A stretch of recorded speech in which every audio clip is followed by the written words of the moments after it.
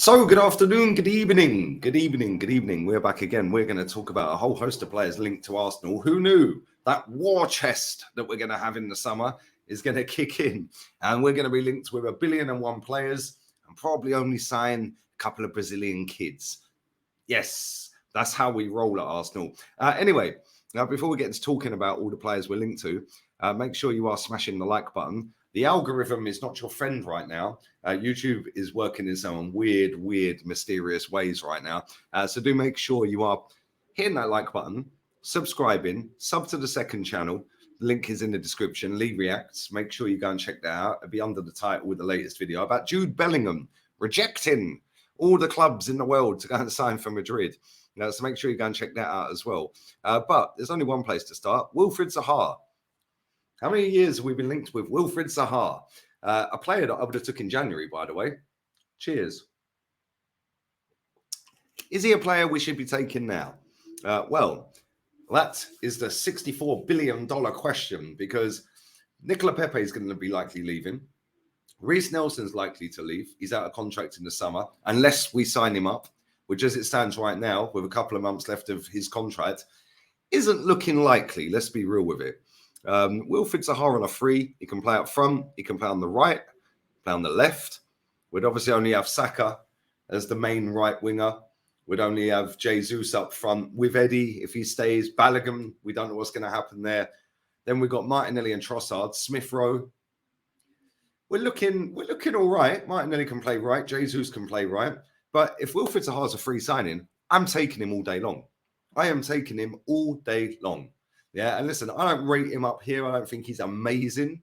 But I'll tell you something, for a free signing, I'll take him. I think that would be a decent bit of business. I don't think he'd be even looking for that much money. The fact that he's an Arsenal fan as well, apparently, Champions League football, I think that gives us a different dimension, somebody that can glide past a player with ease. So, listen, some people go, oh, well, he's a bit old now and he ain't really done it at Palace and blah, blah, blah. Listen, it is what it is. He's playing at Palace. So, yeah, for me, most of the time he spends his game on his backside moaning at referees. But I do think he's got a bit of quality there. And listen, like I said, the way he can dribble past people is mad. He can score goals and he can play across the whole front line. For me, I'd take him. But again, let me know what you guys think. I know a lot of you will go, no, forget him. We want somebody else. Maybe the somebody else could be Jonathan David. Yay, the Lille striker. What happened the last time we bought a player from Lille? Oh, yes, 72 mil. Yeah, he's going to be leaving, isn't he? Nicola Pepe. He's going to be leaving in the summer for fairly cheap as well. That all went sideways and wonky, didn't it? Real quick, really. It's a shame because I like Pepe and I think he was a good player. But he's the only £72 million player in the Premier League, by the way, that can get cussed every week by rival fans and by his own fans for scoring goals and creating goals. And you look at Jadon Sancho and you look at Anthony and you look at Kai Havertz, players like that cost around the same sort of dough. Nobody really mentions these players, do they, when they're having stinker after stinker after stinker after stinker, having 3 months off. But it is what it is. Obviously, at Arsenal, this is a thing. And rivals and Arsenal fans just love to slag Nicola Pepe off for some reason. But it is what it is. But Jonathan David, again, he's a striker. He's doing all right in France. He's up there with Lacazette and Mbappe and Balogun in the goal-scoring charts. But never rated this guy, man. I've never thought, that's the kind of player we need. And the fact that he's still at Lille kind of tells me, I don't think you're going to be seeing him going to a PSG, a Man City, maybe even a Real Madrid but I don't think he's going to go to one of these elite level clubs. I see him more as a West Ham, a Tottenham, them kind of teams. Yeah, like he's not up there for me. I don't rate him. Maybe you guys rate him. Maybe you guys think he's actually good. Listen, his output's pretty relentless in France, but it is what it is. I've just never thought, you could be a real killer in the Premier League. There's certain players I look at and I just don't think they could do it. The next one I'm coming to, by the way, is Victor Osimhen. Again, this guy has got mad price tag attached to him.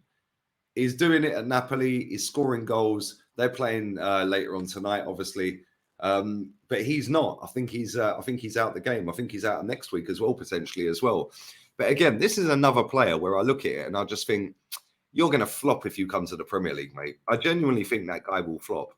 And he's one of these players that when people hype up a player so much, I always have to question why. I mean, he scored 21 goals this season in 23 games in the league. Let's have a look at his overall stats if it loads. 25 goals in 29 appearances, 5 assists. It's obviously helping Napoli win a title. But Champions League, he didn't play against Rangers or Ajax with bicep femoris muscle injury. I have no idea what that is. He had a tear in his abductor muscle as well against AC Milan, which is obviously going to keep him out of the next game. In fact, actually, yes, I'm lying. Sorry. Yeah, sorry, I was reading that upside down. But yes, he's obviously not going to be playing in any of the games in the next couple of games. He's missing the league games as well. He's missed with that bicep injury. He's missed quite a few league games as well. So his record's not bad, but listen, I just don't see how that guy is going to come to the Premier League and absolutely smash it. Whenever I look at a player playing in Italy, right, and this is nothing against any player in particular, I'll just do this with that league, right? And French league, I do it with most of the leagues, Portuguese, all of them. Because if you're doing double digits and you're doing 20 goals and you're doing 25 goals out there, how many times does a player come from these leagues and repeat the output in the Premier League, right? When I've watched Napoli this season, which has only been a handful of times, these players have got 20 yards to run into. And I've said this before about that left winger that plays for them. You're not getting that time in the Premier League. You're not going to be able to pick the ball up and run 20 yards into space at a defender. It just don't happen in the Premier League. And if it does, it's once every now and again. Whenever I've watched Napoli, it's every week. Yeah, you'll have Tarkowski booting him up in row Z. There in the first minute. Then what? Like, good player, 100 mil. Come on, do me a favour. He is linked to Arsenal. He's come out previously and said that he wants to replicate Aubameyang and he wants to play in the Premier League. So instantly the story's put together. That means he wants to go to Arsenal. Arsenal fans are getting gassed because he can run fast and he scored a few goals. So instantly they'll hype him up into oblivion like they did with Mudryk, and then he'll ultimately sign for someone else. Yeah, to me, I don't want him anyway. Yeah, Jonathan David, no thank you. Wilfried Zaha, yes. Victor Osimhen, not for me. Yeah, and I don't know what it is about him. Listen, he's obviously a good player. Yeah, but I think if you're going to go and do that kind of money on a player, you have to be like the elite. And I just don't see him anywhere near elite. You're just a good player, mate. You're just a good player. That's it. You score a few goals in that league. You go to France and do it. Yeah, I think he was at Wolfsburg. Was he at Wolfsburg? I think he was at Wolfsburg before that, maybe. Like, yeah, you're an all right player, mate. Yeah, you're an all right player, but yeah, not for me. I don't know. I don't see us doing 100 million on a striker this window anyway coming up. I think if we're going to do 100 million on a player, it needs to be in the midfield. Yeah, and it should be Caicedo. But there we go. It is what it is. But listen, we're linked to a whole host of forwards, which is kind of worrying in itself because we should be looking at midfielders. We should also be looking at a right back and a left back because if Kieran Tierney's going, yeah, Cedric's going to be going. We're only going to have Ben White at right back. But then people go, oh, but Tomiyasu. Listen, do not rely on Tomiyasu. That guy can't stay fit. And for me, I'd sell him anyway. Kieran Tierney, if he leaves, we need a left back. Yeah, one that can defend because Zinchenko can't. We've already been there, done that, won the T-shirt. But the main priorities this summer should be looking at midfielders. We need 2 in midfield. I said this yesterday. We need at least 2 in midfield. We should not be being linked to £100 million worth of striker or this player over in there because they're doing well. And listen, to be honest with you, most of these links are coming from journalists I've never heard of, to be honest. So listen, they're obviously looking for a few clicks. They've got their clicks off of me now. Well done. I've got clicks off of the back of their clicks. You're profiting off of their fake news. How dare you, Lee? But it is what it is. Let me know your thoughts and feelings and all of that. And like I said, let me know if you think Zaha would be a good addition. Let me know. What about Jonathan David? Do you actually watch the French league every week? I don't. And how good is he? If you actually watch him week in, week out, is he actually all that? Because again, I don't think so. I think he's Tottenham, West Ham, kind of around there, Brentford, that level maybe. Yeah, I think Ivan Toney's outgrown Brentford. I think he'll be gone in the summer. Maybe that could be his replacement. There you go. I want my agent fee on that as well. But let me know. Leave it all in the comment section. Let me know your thoughts and feelings and all of that. And yeah, it's going to be a very long summer because we're going to be linked to 1 trillion players.